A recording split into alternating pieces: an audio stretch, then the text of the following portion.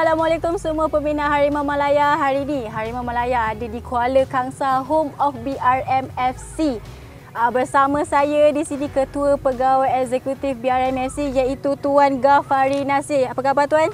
Khabar baik, Alhamdulillah. Sihat? Alhamdulillah. Okey Tuan, sebelum kita pergi mendalam lah, boleh tak ceritakan sedikit latar belakang BRMFC dan apa makna di sebalik nama BRMFC tu?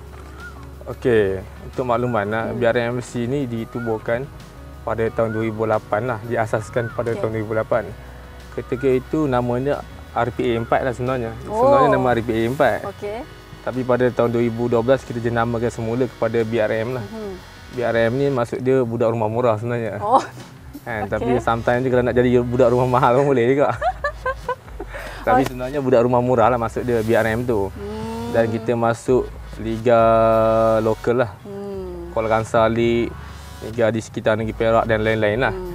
Tapi dalam masa sama kita juga mencapai beberapa kejayaan di liga lokal dan liga di sekitar Negeri Perak lah. Dan seterusnya kita masuk ke pada tahun 2019 kita daftar secara sah dengan PGS lah. Persujara Sukan Malaysia pada tahun 2019. Lepas tu kita masuklah liga M3 kita daftar lah. Ikut kita punya documentation semua kelayakan kita layaklah untuk menyertai Liga M3 lah yang dinilai oleh AFL sendiri lah. Kita tahu lah kan Liga M3 ni dah berehat 2 tahun. Lepas tu tahun ni disambungkan semula. So apa tuan rasa? Lepas dah 2 tahun berehat kiranya macam hilang lah. Hilanglah rentak, hilanglah segala-galanya kan. Nak mula semula tu macam mana tuan rasa? Okey, kalau ikutkan memang terasa tu memang kita merasai lah bila kita dah tak main 2 tahunan dalam liga yang kompetitif macam ni. Tapi walau bagaimanapun kita ucap terima kasih kepada kita punya head coach kita lah. Sebab dia mengambil satu tindakan yang proaktif lah dalam tindakan yang segera dalam untuk mengembalikan balik dari segi mental, fizikal dan fitness player lah. Jadinya apa yang kita dapat daripada apa yang coach lakukan ni sangat baiklah. Jadinya bagi saya 2 tahun yang tak main tu memang amat berkesan juga. Tapi dengan tindakan yang proaktif daripada pengurusan dan coach, kita dapat kembali balik lah. Kita harapkan semua player tu ready lah untuk tahun ni. Kita cakap pasal player lah. Daripada mana BRMFC ambil player ni? Adakah daripada program grassroots yang BRMFC dah buat ataupun macam mana? Okey, player-player kita dapat ni antaranya program grassroots pembangunan kita memang ada. Yang daripada Kuala Kangsar sendiri, kita dapat 4-5 orang lah daripada Kuala Kangsar sini dan yang lain tu kita ada open selection dulu. Jadi bila kita open selection dan player-player yang berpengalaman dan yang baik, yang masih fit ni memang dipilih oleh coach sendirilah. So ada plan tak untuk grassroots punya program BRMFC? Ya, memang kita dalam perancangan BRM ni kita ada perancangan strategik dalam jangka masa 5 tahun akan datang. Kita memang ada rancangan pembangunan, kita nak buat mini stadium sendiri tapi dalam sekitar 5,000 seat lah di Kuala Kangsar sendirilah. Tapi sekarang ni memang kita dalam usaha untuk mendapatkan tanah dan seterusnya kita akan insya-Allah tahun depan kita boleh menikmati atau boleh merasai stadium mini stadium sendiri. Betul. Eloklah kalau kita ada stadium sendiri kan, lagi rasa feel dia kan. So kiranya apa target tuan untuk BRMFC tahun ni? Adakah kalaulah kita jadi juara untuk M3 kan? BRMFC akan ke Liga Premier ataupun nak tunggu dulu, nak fokus pada pembangunan BRMFC dulu ke macam mana? Okey, kalau untuk tahun ni memang kita nak menjuarai Liga M3 ni sebab kita memang nak pergi ke Premier. Kita tak nak tunggu masa yang lama di M3. Kalau di M3 pun kita habis perbelanjaan pun hampir 800,000 ke sejuta. Better kita setahun sajalah di M3 ni. Dan kita punya visi pun visi kita tu memang jauh lah kan. Memang kita nak visi kita tu memang kita nak bermain di Liga AFC tahun 2030. Cakap pasal kos perbelanjaan untuk BRMFC untuk ke Liga Premier lagi. Daripada Liga M3 ni sendiri mesti banyak kan kos belanjaan. So daripada mana sebenarnya dana untuk kiranya menguruskan BRMFC ni? Ada bisnes ataupun sekadar daripada merchandise, daripada fan macam mana? Okey, setakat ini kita kita ada penajaan daripada syarikat-syarikat yang kita kenali lah. Antara syarikat-syarikat yang kita kenali seperti kita lihat tu syarikat Regi dan lain-lain, Kobima dan lain-lain lah. Jadi antara ini adalah antara syarikat yang taja kita yang membantu kita di dalam perbelanjaan. Seterusnya memang kita ada perancangan untuk mendapat income sendiri lah. Antara yang kita nak buat dalam tahun ni, kita nak buat air isotonik sendiri lah. Okey, itu memang kita punya perancangan. Memang kita nak jadikan ia sebagai satu income lah. Kita nak buat air isotonik sendiri pada tahun ni lah. So, InsyaAllah kita akan launching lah. So secara kasar lah, kalau tuan tak berhati lah nak kongsikan, secara dasarnya berapa kos untuk uruskan BRM FC ni tahun ni dalam Liga M3 ni lah? Okey, kalau ni tahun lepas saja kita dah habis 500,000. Okey, untuk tahun ni saya jangka lebih kurang 800 ke 900 ya. Semuanya daripada dana-dana yang diberikan oleh sponsor.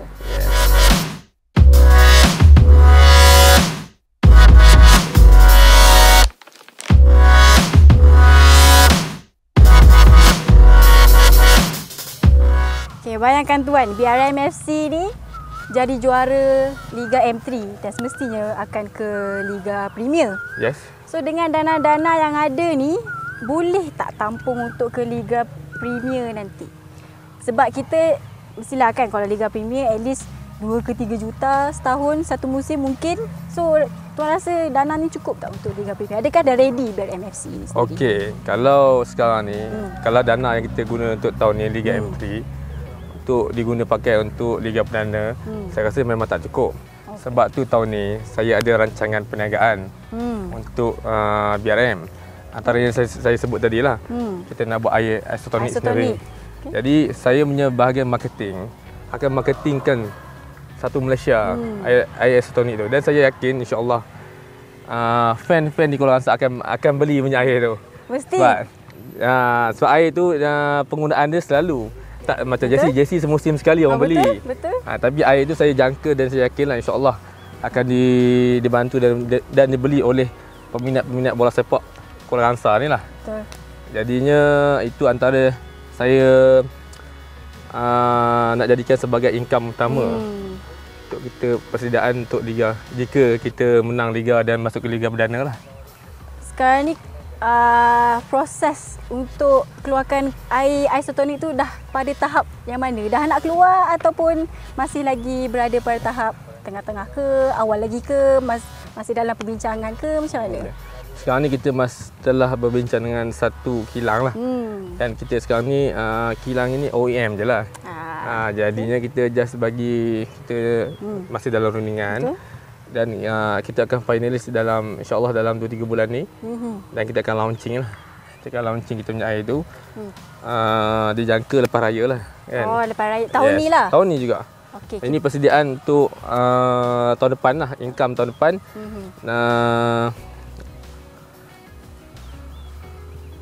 Persediaan untuk tahun depan punya income kan. Jadinya dalam masa kalau lepas raya ni kita dah launching, kita ada lebih kurang 6 bulan untuk pemasaran marketing. Jadi kalau kita marketing seluruh Malaysia, kita boleh masuk pasar raya besar, tak mustahil kita boleh air kita boleh standing dengan 100 plus kan. Beli. Betul. Okey, kita ceritalah pasal Liga M3 tahun ni. Katanya ada penambahan daripada segi hadiah kemenangan ke 100,000 untuk champion, 50,000 tak silap saya untuk runner up.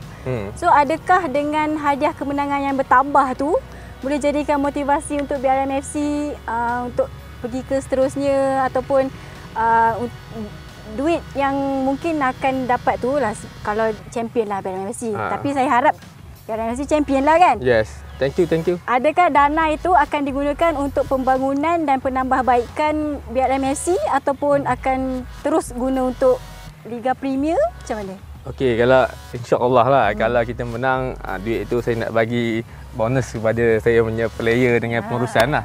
Okay. Kalau ada lebih itu saya akan masuk kepada manajemen dan pengurusan lah. Itu sajalah kalau duit, kalau ada rezeki menang lah. Kan, kalau tak ada nak buat macam mana?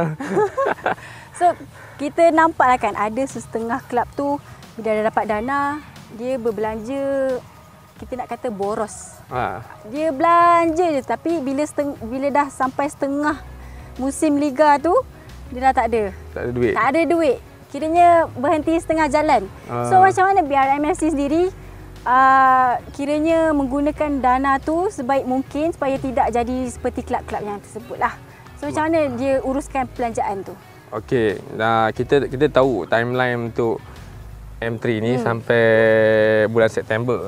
Jadinya perbelanjaan bulanan hingga ke September tu kita dah rangka dah. Oh. Jadi kita ikut garis panduan jangan melebihi perbelanjaan bulanan tu lah. Jadi setakat ni saya punya timeline perbelanjaan tu hingga hujung musim tu tak ada masalah. Kiranya boros tu memang boros, kita pun boros. Semua orang boros kan? So kiranya dah ada plan yang betul-betul in detail lah daripada sekarang sehingga habis liga nantilah kiranya. Ya, betul. So kita balik pada kiranya BRMFC kan. Daripada segi jentera player lah kan, kekuatan daripada player ni kita tolak yang inilah selain daripada kekuatan player. Kekuatan apa yang BRMFC ada dalam segi marketing, dari segi pengurusan, dari segi kejuratihan yang tuan nampak sekarang? Okey, dari segi kalau kekuatan kita kalau bukan daripada player, kita juga ada pengurusan yang profesional dan cekak lah. Itu salah satunya yang membantu kelancaran kita punya kelab ni lah. Selain itu juga kita memperkukuhkan kewangan kita sendiri stabilkan dan perbelanjaan yang berhemat. Okey. Betul, itu yang paling penting, perbelanjaan berhemat. Kalau tak habis setengah season terus hilang. Sebab tu saya dengan saya punya kumpulan ni, dengan tim manajemen saya, kita dah rangka dah. Kita tak nak berlaku di pertengahan jalan, tak habis. Sebab kita punya visi memang jauh. Dan kami ni, bahagian pengurusan ni memang serius. Bukannya nak syok-syok saja masa M3. Betul. Jadinya kami memang serius dalam bola sepak ni. Visi saya tadi jelas, saya dah maklumkan tadi. Kita nak main AFC tahun 2030. Maknanya saya ada 8 tahun lagi. 8 tahun lagi untuk ke AFC. Okey, kita nak cerita pasal fans lah. Fans, biasalah fans adalah tonggak utama pasukan. Betul. Kiranya fans yang ada dekat BRMFC ni datangnya daripada mana? Adakah daripada kawasan ini sahaja ataupun daripada negeri-negeri lain pun turut support BRMFC? Okey. Setakat ini fan-fan kita adalah datang dari Kuala Kangsar lah. Penduduk asal Kuala Kangsar lah. Mesti kena support. Jadinya dan penduduk luar yang datang Kuala Kangsar pun dia akan support. Dan penduduk Kuala Kangsar yang berhijrah ke luar pun akan support jugalah. Yang mana ada di luar lah, di KL dan mereka ni sentiasa support lah. Sometimes tu bila kita ada buat perlawanan, dia pun nak tengok live. Yang mana tak dapat datang nak buat live. Jadi pun saya pun dah maklumkan kepada media, saya minta dia orang buat live lepas ni. Live yang berkualiti lah, bukan yang tak kualiti. Mestilah. Kalau tak siapa nak tengok? Betul. Berkualiti bila orang tengok tu orang perhati lah, nak replay balik ke apa semua kan. Betul. Dan saya pun dah maklum pada dia orang akan selesaikan segera. Memang kita akan buat live. Memang dalam game terdekat ni pun kita akan buat live sendiri. Sekarang ni kita tengoklah kan Perak FC. Dia kiranya tak stabil. Ada banyak hal sekarang kan. Macam mana BRMFC nak tarik fans-fans Perak tu sendiri besar kan? Fans-fans Perak FC memang besar. Ya, betul. Untuk sokong BRMFC. Kiranya nak jadikan BRMFC ni adalah pasukan utama Perak. Okey, kalau dari segi nama tu, nama Perak tu memang gah lah. Betul? Kan? Tak Perak kan. Jadi kami BRM ni satu nama yang kecil je. Tapi tak mustahil lah. Tak mustahil kita boleh tarik fan-fan. Betul. Sebab peminat bola ni kat mana pun dia akan minat bola juga. Betul. Itu pandangan saya lah. Jadi kalau kami konsisten dengan pentadbiran yang baik, pengurusan yang baik, tak mustahil juga kita dapat menarik peminat-peminat yang fan-fan Perak ni boleh minat BRM jugalah. Tak mustahil saya cakap lah. Betul. Kalau dapat tu memang kira mantap lah BRMFC ni. Ramai yang sokong. InsyaAllah. Akan jadi tonggak utama pasukan Perak kat sini InsyaAllah boleh jadi. Kiranya kan merchandise, jersey yang dikeluarkan oleh BRMFC ni. Macam mana sambutan fans? Adakah dia orang macam betul-betul nak selalu sold out lah kiranya? Macam mana? Okay, buat masa sekarang ni kita punya merchandise semua, jualan jersey semua dia teruskan oleh Stallion lah. Stallion merupakan penaja utama kita punya kit lah. Okey, jadinya sejauh mana kuantiti yang telah dijual tu dimaklumkan oleh Stallion memang ada selalu sold out lah. Yes, memang ada ni lah peningkatan jualan dan lain-lain lah.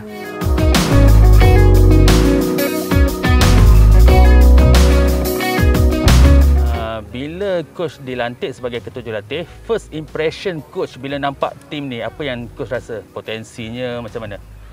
Okey, saya mengambil tugas sebagai ketua jurulatih di BRM FC sebelum 18 hari perlawanan pertama bermula. Jadi saya melihat gabungan di antara pemain lama dan pemain baru membuatkan satu cabaran bagi saya untuk membuatkan pasukan ini menjadi kuat dan balance di antara semua aspek termasuk attack and defense. Jadi bagi saya ada positif di side itu untuk saya meneruskan orang kata pattern of play pasukan BRMC untuk mencapai kejayaan. Okey, sebahagian daripada pemain BRM dia dapat daripada open selection kan. Jadi ada antaranya yang pemain muda, yang kurang pengalaman, yang tak ada pengalaman juga. Dari segi semangat pemain-pemain yang tak ada pengalaman ni macam mana coach? Saya amat berpuas hatilah bila saya melihat kesungguhan. Pemain-pemain muda ni selalunya bila diberi peluang dia akan menunjukkan kesungguhan 100%. Jadi dekat sini ini yang menjadikan saya cabaran untuk membawa pemain-pemain muda ini ke satu level yang lebih baik. Jadi dengan gabungan pemain muda yang ada ni, saya rasa saya yakin ia akan menjadi satu impak yang besar untuk pasukan. Dan berita baiknya adalah kehadiran 3 nama besar ke dalam tim, Fakhri Sahrani, Azmi Yusof dan juga Fitri Omar. Jadi so far setakat ni macam mana pemain-pemain star ni blend dengan pemain muda tu? Saya amat bernasib baiklah kerana 2 daripada 3 pemain ini merupakan bekas pemain saya di Sekolah Sukan Bukit Jalil. Jadi saya amat faham karakter orang dan saya tahu daripada 16 tahun sikap diorang, cara diorang main. Saya yang part of untuk development program tu, proses dia menjadi pemain bola yang apa yang dia sekarang ni, saya terlibat. Jadi bila diorang ada dalam pasukan, ia menjadi satu kelebihan untuk pasukan lah, dan saya amat gembira kerana prestasi diorang walaupun berumur dah 30 lebih tapi masih dapat bermain 90 minit dan memberi impak dan menjadi satu tonggak untuk pasukan BRM FC.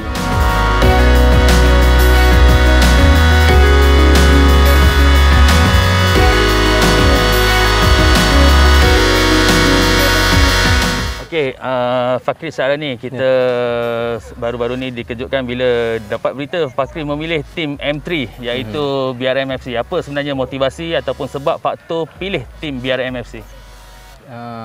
Sebenarnya saya tahun ni saya tak nak main bola keluar pada KL lah. Saya ingat saya nak main bola KL saja. Tapi sebabkan tim BRM ni, satu sebab bos. Sebab saya adalah sebab saya dah bincang dengan bos, ada sebab dia. Dan satu lagi, lama sangat saya tak balik Perak kan. Elok saya balik untuk duduk dengan orang tua saya. Baru-baru ni sebelum liga mula, actually kita ada dengar berita dikaitkan dengan PJ City kan. Adakah benda tu benar dan apa faktor sebenarnya? PJ City saya tak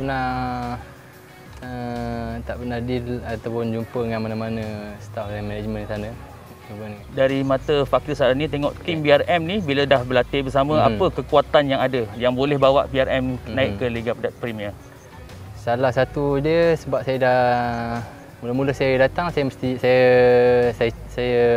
tengok dulu dia punya manajemen adakah cukup lengkap, dan alhamdulillah saya tengok daripada dari segala sudut, alhamdulillah memang semua ada. Walaupun memang bukan orang cakap perfect lah, tapi semua ada. Di Liga Amatur ni, kalau kita tengok pada tim lain, mungkin ada sana ada yang tak cukup lagi, tapi dia BRM ni yang segala basic dia semua lengkap. Dan manajemen dia sangat profesional dengan saya masa saya deal.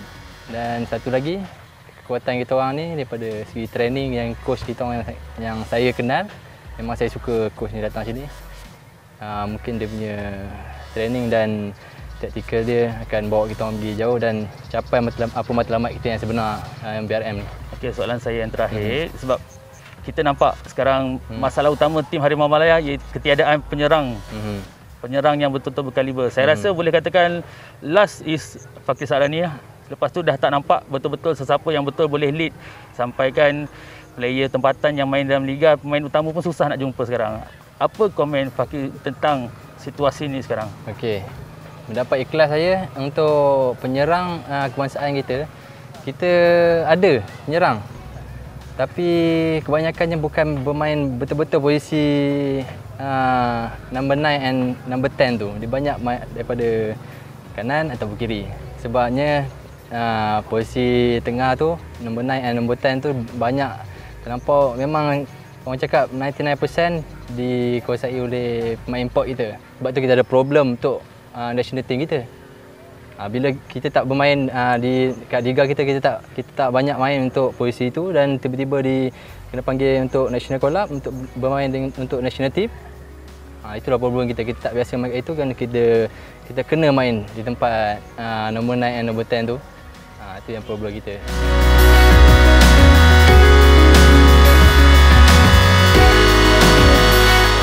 Kita bersama dengan Azmi Yusof. So soalan yang biasa orang tanya, ke mana menghilang sebelum ni? Saya seperti yang semua tahu, saya menjalankan perniagaan dan juga ada pusat pengajian saya sendiri. So selama setahun lebih ni saya menjalankan perniagaan dan juga menguruskan pusat pengajian tu lah. So saya comeback disebabkan satunya daripada kerana anak-anak saya. Sebabkan anak saya yang 2 tahun tu, bila dia tengok gambar-gambar saya sebelum ni, dia tanya, "Papa main bola ke sebelum ni?" So agak terasa lah juga bila sulung dapat tengok saya main bola, tapi yang kecil tak dapat. So that's why saya comeback semula kerana anak-anak. Okey, bila comeback tu memang ramai peminat yang teruja. Tapi kenapa pilih tim di M3 iaitu BRM FC? Okey, saya kena jujur dengan diri sendiri. Walaupun hakikatnya saya rehat setahun lebih, dan saya tak berehat sajalah. Saya ada join dengan ex-player, dengan 4-5 tim yang mana semua bagi kata-kata positif yang mengatakan saya boleh main Liga Perdana dan juga Liga Super lagi. Tapi bila saya fikir-fikir balik, saya sukakan cabaran. So saya ambil keputusan untuk main di Liga M3 disebabkan saya kena jujur dengan diri sendiri sebab saya dah berehat lama, dan juga saya nak ambil pengalaman di dalam Liga M3 disebabkan saya tak pernah bermain di dalam Liga M3. So saya memang mengharapkan pertama kali saya main Liga M3 ni dan juga pertama kali untuk menjadi juara, insyaAllah. Apa cabaran terbesar selepas berehat panjang dan kembali untuk bermain bola secara kompetitif, ditambah pula dengan tim yang boleh katakan ramai yang tak ada pengalaman? Sebagai kapten pula tu, apa cabaran paling besar? Cabaran saya paling besar ialah untuk memberi motivasi kepada tim, kepada player-player muda yang mana dekat sini kita tengok ramai yang tak ada pengalaman tapi good talented. So saya kena bagi everything apa yang saya ada selama ni dengan dibantu oleh pemain-pemain senior lain. So pada saya cabaran yang terbesar ialah macam mana saya nak groomkan semua player di antara senior dan junior, dan bermain dalam satu pasukan bersama-sama untuk mencapai kejayaan. Okay, soalan terakhir saya, bila bercakap pasal Azmi Yusof, frasa yang paling terkenal is bermain tanpa bayaran. Adakah frasa tu diterbitkan semata-mata untuk menunjukkan yang memang Azmi nak betul-betul nak main bola ataupun memang sanggup bermain tanpa bayaran? Okey, saya sebenarnya saya boleh mengatakan macam itu sebabkan saya dah free financial. So saya dah tak ada komitmen dengan bank, dengan ataupun ada hutang-hutang yang lain. Saya dah tak ada komitmen benda-benda macam tu. That's why saya kata saya boleh bagi statement macam itulah. Sebab jiwa saya tetap dengan bola sepak, dan seperti yang saya datang kat sini, saya kata kat CEO, kalau dia bayar pun saya main, kalau tak dibayar pun saya main. So CEO tetap mengatakan no, dia akan bayar jugalah. So kat situ kepada saya sifat perikemanusiaan tu yang membuatkan saya nak sign kat sini, sebab sebelum saya datang sini sebenarnya saya dah deal dengan 3 tim Liga Perdana dan juga Liga Super. So kerana dia punya planning, dia punya vision and mission tu membuatkan saya nak main kat sini, walaupun saya tawarkan diri saya sebagai pemain yang tak perlu dibayar.